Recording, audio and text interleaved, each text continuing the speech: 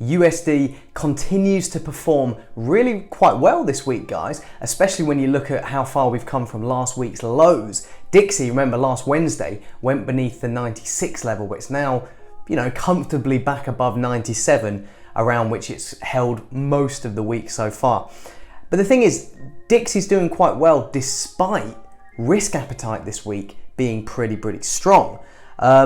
So what is going on? Because usually what we see with Dixie, USD acts as a safe haven. So when you see gains in risk assets like stocks, AUD, NZD, crude, you name it, you see USD coming under pressure because it's like there's demand for risk assets.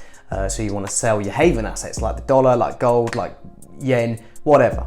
But this week seems as though there's been like almost a slight change of tone for the dollar. And it seems that point came yesterday. So yesterday we had that really strong US retail sales data, which I did a blog on, excuse me. And in the aftermath of that data, dollar got a big boost despite risk on in the market. So it's almost as if the dollar has switched from acting as safe haven to acting as, well, how a lot of the other currencies act, which is where they trade based off of the fundamentals to do with their own country. So it's almost like dollar this week is being supported by good US fundamentals. And note, guys, there's also another positive US fundamental that's likely helping out the dollar as well.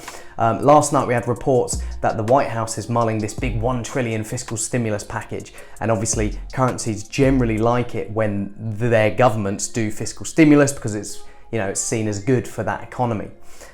So dollar seems to be focusing on those two factors at the moment, strong data and US fiscal stimulus.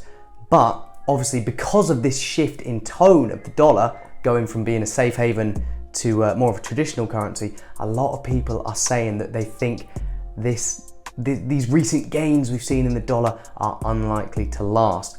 Why? Well, if stocks keep crawling higher, if other risk assets keep crawling higher, if the Fed keep being very dovish, which is another USD negative, how long can the dollar ignore these very bearish factors? That is the question. Obviously there's risks. There's risks to the upside for dollar as well. All this geopolitical stuff going on between India, China, North Korea, South Korea, this fears of a second coronavirus wave. All of these things are a negative for risk appetite, and they could support the dollar. So we could see the dollar go higher on those themes. But it's an interesting one. Potentially some people looking at the dollar as a little bit overvalued at these levels. That is pretty much it from me for now, and I'll see you in the next one.